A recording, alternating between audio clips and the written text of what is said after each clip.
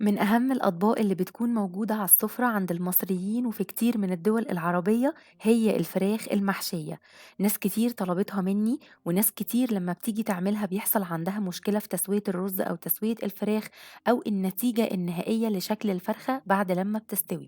في فيديو النهاردة هنعرف مع بعض إزاي نعمل الفرخة المحشية الجميلة دي بشكل ممتاز وتسوية روعة وبطريقة سهلة قوي. بس قبل ما نبدأ في وصفتنا ما تنسوش تشتركوا في قناتي وتفعلوا جرس التنبيه وتعملوا كمان لايك وشير للفيديو. يلا بينا نروح نشوف المكونات بتاعتنا. هستخدم في الوصفة بتاعتي النهاردة فرخة وزنها كيلو، تقدروا تخلوا الوزن بتاعها أكبر من كده، ولكن أفضل إنها تكون من كيلو لكيلو ونص علشان ما تزودوش فترة التسوية. هيكون معانا كمان حبة من الطماطم وحبة من البصل متقطعين أربعة وفص واحد من الثوم. كمان التوابل هيكون معانا نص معلقة من الملح والفلفل والسبع بهارات والبابريكا، وكمان هيكون معايا عصير ليمونة واحدة. هجيب الكبة بتاعتي وهنزل بالخضار بتاعي كله في الكبة، وهنزل كمان بعصير الليمونة، وهقفل الكبة بتاعتي وهضربهم ناعم جدا لحد لما يكونوا ما فيهمش أي قطعة سليمة.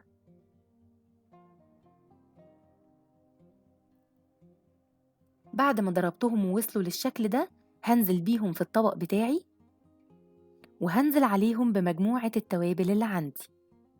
هقلبهم مع بعض كويس جدا لحد لما اتأكد ان التوابل اتوزعت كويس قوي مع الخضار بتاعي. هحط عليهم الفرخة، وهبدأ دلوقتي اخد من التتبيلة اللي انا عاملاها وادعك الفرخة كويس جدا بيها من بره، وكمان كل الفراغات اللي موجودة في الفرخة من جوه هدخل فيها التتبيلة. وزي ما حضراتكم شايفين كمان الفراغات اللي بتكون موجودة بين الجلد واللحم هدخل فيها برضو التتبيلة. كمان عند المنطقة اللي بتكون فوق عند الرقبة هدخل التتبيلة لأني عايزة أضمن أفضل طعم ونتيجة للحم الفرخة بتاعتي. بعد ما تبلت الفرخة كويس هركنها في التلاجة لمدة ليلة كاملة واستخدمها تاني يوم.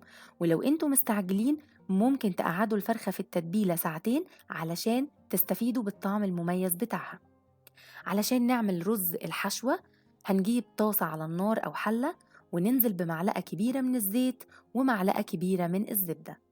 وبعد ما الزبدة بتاعتي تدوب ويسخنوا مع بعض هيكون معايا بصلاية متوسطة مبشورة خشن، هنزل بيها في المادة الدهنية بتاعتي وهبدأ إن أنا أقلبهم مع بعض كويس. أنا مش محتاجة إني أحمر البصلة، أنا محتاجة إني أخلي لونها اللون الشفاف هتشوفوه دلوقتي. هنزل كمان بثلاث فصوص من الحبهان، ودول هيخلوا نكهة الرز خطيرة بجد، هيخلوا طعم الرز بتاع الفراخ حلو جدا. هستمر في التقليب شوية، وبعد شوية هنزل على البصلة بتاعتي بمعلقة صغيرة من الثوم المهروس. دي بقى يا جماعة هتحول معاكو الرز بتاع الحشوة في اتجاه تاني خالص بجد، طعمه هيكون رائع رائع رائع.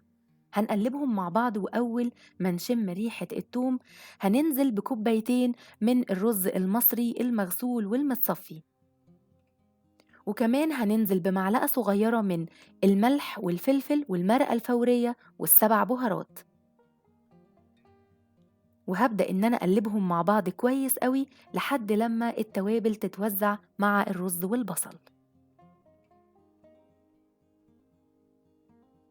بعد ما أقلبهم مع بعض كويس هنزل دلوقتي عليهم بتقريبا كوباية إلا ربع من المية المغلية.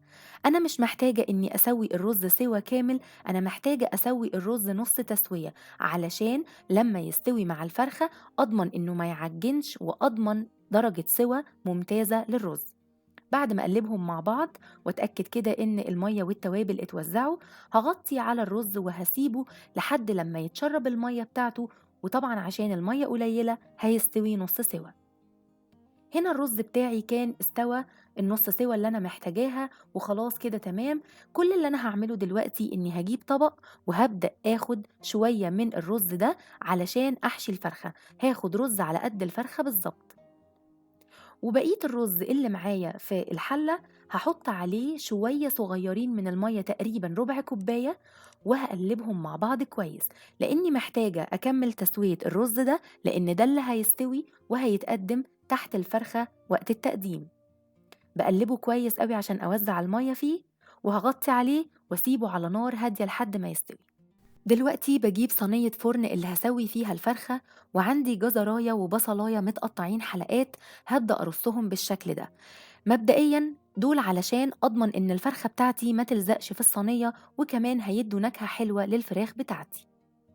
بعد ما وزعتهم بالشكل ده، دلوقتي الفرخة بتاعتي بعد ما بيتها ليلة في التلاجة في التتبيلة، شلت منها كل التتبيلة اللي قدرت أوصل لها، لأني مش محتاجة كل كمية التتبيلة اللي احنا عملناها، أنا مجرد أخدت منها النكهة. ودلوقتي جبت الفرخة بتاعتي عشان أبدأ أحشيها، وهبدأ أخد الرز وأحشي الفرخة من بطنها بالشكل ده. أهم حاجة إن انتوا ما تملوش بطن الفرخة بالرز، علشان تدوله مساحته إنه يستوي وما يعجنش معاكوا، وكمان يطلع مستوي ومظبوط جدا. بعد ما بحشي الفرخة من بطنها، بدخل رجل الفرخة الأولانية في الفتحة اللي بتكون موجودة في الفرخة من تحت بالشكل ده، وبعد كده باخد الرجل التانية وبدخلها في الرجل الأولانية، واخد شوية من الرز أحطهم في الفتحة بتاعة الرقبة بالشكل ده، علشان لما تستوي تديني فوليوم حلو تحت الجلد بالشكل اللي حضراتكم هتشوفوه. باخد الفرخة بتاعتي وبحطها على طبقة الخضار اللي عملناها، ولو الرجل اتفتحت كده أرجع أركبها تاني بالشكل المظبوط علشان وقت التسوية تكون مظبوطة. بجيب مكعب من الزبدة وابدأ بإيديا إني أدعك بيه جسم الفرخة كلها، لأن ده هيديني نكهة حلوة جدا، وكمان هيساعد على إن الفرخة تاخد اللون اللي حضراتكم هتشوفوه. أول حاجة بجيبها ورقة من الزبدة بغطي بيها الفرخة بالشكل ده، طبعا وده مهم قبل ورقة القصدير اللي هنحطها. أنا هقفل الصينية بتاعتي بورقة الألومنيوم بالشكل ده، علشان بنعمل عملية الكمر اللي هتساعدني إني أسوي الفرخة كويس جدا، بدون بقى ما نحتاج لكيس حراري أو أي حاجة. هاخد الصينية بتاعتي وهدخلها فرن حامي مسبقا على أعلى درجة عندي من المنتصف، هتقعد ساعة. أول ساعة إلا ربع هتكون والورقة متغطية بالشكل ده. آخر ربع ساعة هشيل الورق كله الألومنيوم والزبدة، وهشغل الشواية عشان اخد اللون اللي حضراتكم شايفينه ده. بصوا ما شاء الله، شكلها مشرف جدا لو اتحطت على اي سفرة، اللون مميز قوي. كمان جبت شرايح من اللوز وحمصتها وهرشها كده على الرز، وعلشان نكسر اللون هاخد كمان رشة من البقدونس او الكزبرة وارشها بالشكل ده. بصوا تبارك الله ما شاء الله، الطبق شكله مشهي جدا ويفرح قوي، وبجد طعمها كان حلو جدا. السوا بقى كان في حتة تانية خالص، مظبوط ظابطة 100%. تعالوا بقى بينا دلوقتي نفتحها مع بعض عشان تشوفوا الرز كان مفلفل ازاي، واللحم كمان كان مستوي ازاي. لو عجبتكم الوصفة ما تنسوش تعملوا لايك وشير للفيديو. بشكركم جدا جدا على حسن متابعتكم، ودايما يا رب أشوفكم على خير في كل الوصفات الجديدة اللي هنعملها مع بعض.